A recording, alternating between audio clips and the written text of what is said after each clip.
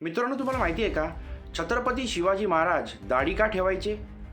छत्रपती शिवाजी महाराज यांचं व्यक्तिमत्व मित्रांनो फक्त पराक्रमापर्यंत मर्यादित नव्हतं मित्रांनो, तर त्यांचा वेश, दाढी, मिशा, पोशाख आणि दरबारी मांडणी ही विचारपूर्वक होती.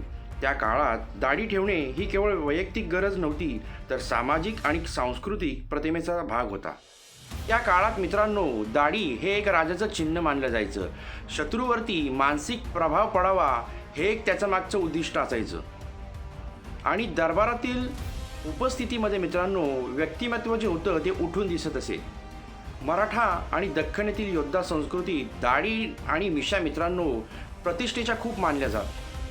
हिंदू क्षत्रिय परंपरेत नैसर्गिक रूप जपण्याचा तो एक मान होता. संत, गुरु आणि योद्ध्यांमध्ये दाढी सामान्य होती. सांस्कृतिक ओळख टिकवण्याचा तो एक भाग होता. आतापर्यंत मित्रांनो छत्रपती शिवाजी महाराजांची जेवढी काही चित्रे आहेत जी उपलब्ध आहेत त्याच्यात महाराज दाढीमध्येच दिसतात. रायगड आणि इतर ठिकाणच्या शिल्पातही तसंच वर्णन करण्यात आलेलं आहे. राजदरबारात ठराविक वेशभूषा पाळली जात असे मित्रांनो. दाढी मिशा नीट राखणे ही शिस्त मानली जायची. 17व्या शतकात दाढी मिशी ठेवणे एक सामान्य प्रथा मानली जायची.